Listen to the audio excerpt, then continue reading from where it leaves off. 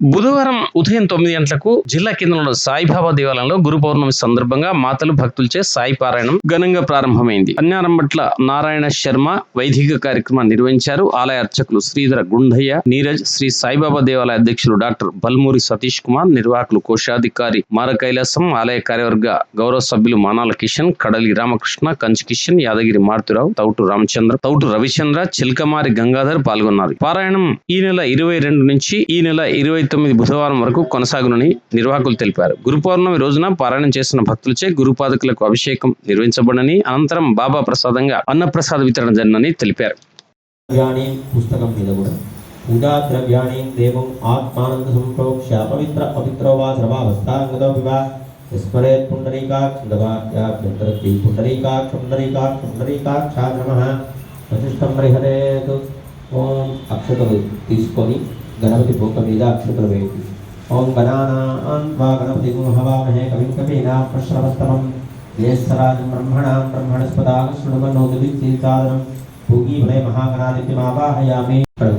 పువ్వును పెట్టి నమస్కారం చేయండి. రత్న సింహాసనార్థే పుష్పం సమర్పయామి. కలశంలో ఉన్న పువ్వుతోని 5 సార్లు ఆ గణపతి బొక్క మీద నీళ్ళు జల్లండి. గణపతి దగ్గర పువ్వు పెట్టిన తర్వాత కంద్రవ్యాణి సమర్పయామి.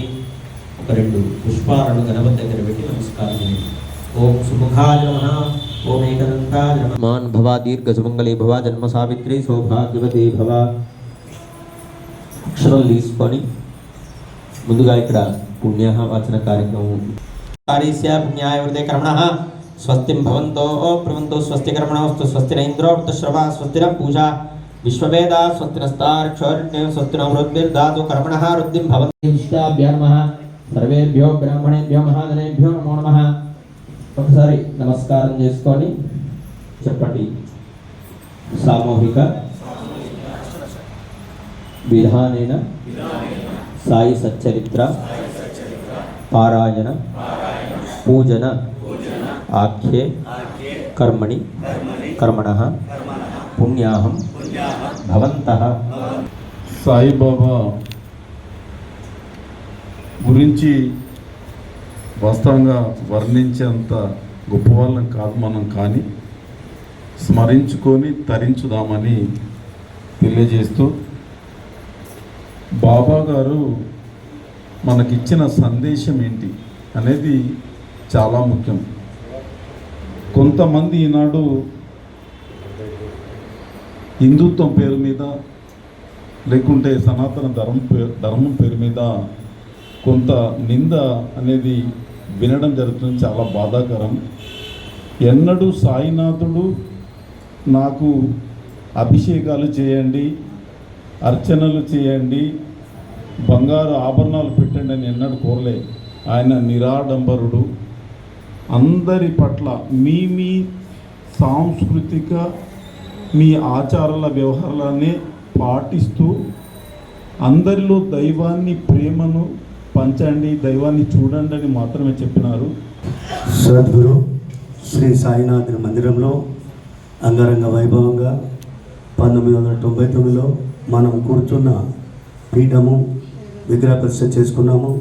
దానికంటే ముందు 1992 సంవత్సరము గురుస్థానం విగ్రహ ప్రతిష్ఠ జరిగింది.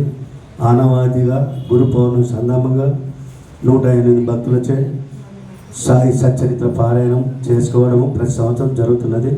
ఇటు కార్యక్రమంలో అన్ని ఆధ్యాత్మిక దేవాలయ సత్సంగ సభ్యులు మరియు భక్తులు మాతలు పిలవగానే వారు రావడం, ఈ పారాయణం పఠించడము, ఆ పఠించిన వారు ప్రతి సంవత్సరం వచ్చి పారాయణ చేస్తున్నారు.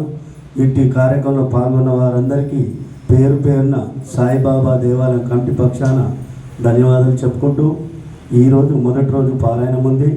తర్వాత వచ్చే సోమవారం రోజు సాయి భక్తులకు పారాయణం చేసే భక్తులకు ఇక్కడ 12:30 భోజనము బాబా ప్రసాదంగా ఏర్పాటు చేయడం జరుగుతుంది. సాయినాథుని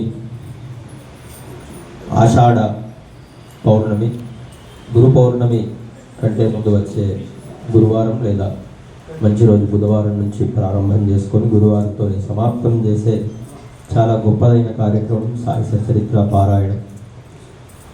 అసలు అందరికీ ఒక ఆలోచన అనేది కలుగుతుంది. అసలు సాయి సచ్చరిత్ర అంటే ఏంటిది, ఇది వేస్తే ఏం ఫలితం వస్తుంది. అందరూ కూర్చొని ఉంటారు, మరి పారాయణం చేస్తూ ఉంటారు. చూస్తూ వెళ్తూ ఉన్న వాళ్ళందరికీ వాళ్ళు ఏదో పారాయణం చేసుకుంటున్నారు అన్నట్లుగా ఉంది. కానీ దాని రుచి ఆస్వాదన అనేది తెలిస్తే సాయి యొక్క అనుగ్రహానికి పాత్రులవుతారు. మరి సాయినాథుడు ఎక్కడి నుంచి వచ్చినారు, వారు షిరిడి ఎప్పుడు వచ్చినారు, ఎన్ని లీలలు సాయినాథుడు చేసినారు, మరి సాయినాథుడు లిండివనం అంటే ఏంటి, ఆ లిండివనంలో నీళ్లు ప్రతిరోజు పోయటం, దానితో పాటుగా ఆ వేప చెట్టు కింద కూర్చొని తపస్సు ఆచరించడం, అనేకమైన భక్తులను అనుగ్రహించడానికి ప్రతిరోజు భిక్షాటన చేయడం, ఎన్నో చేస్తూ ఉన్న